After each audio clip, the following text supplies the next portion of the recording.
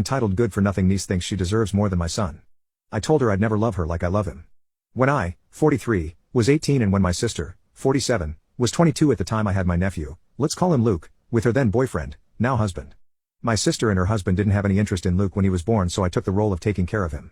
I got my grandmother, she's an angel, to watch him while I was in my last year of high school in exchange for me cleaning and cooking for her on the weekends. My parents weren't much help either. They would give me about $100 a month for Luke, and if you have a kid then you know it's not much. Me and my grandmother were the only ones to take care of him.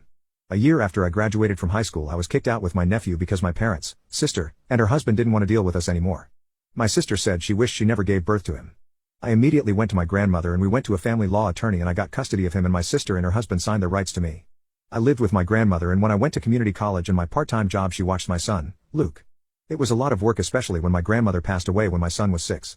My grandmother left 90% of her things to me in her will, which caused my parents and sister to reach out to me under false intentions to meet my son and I to reconnect.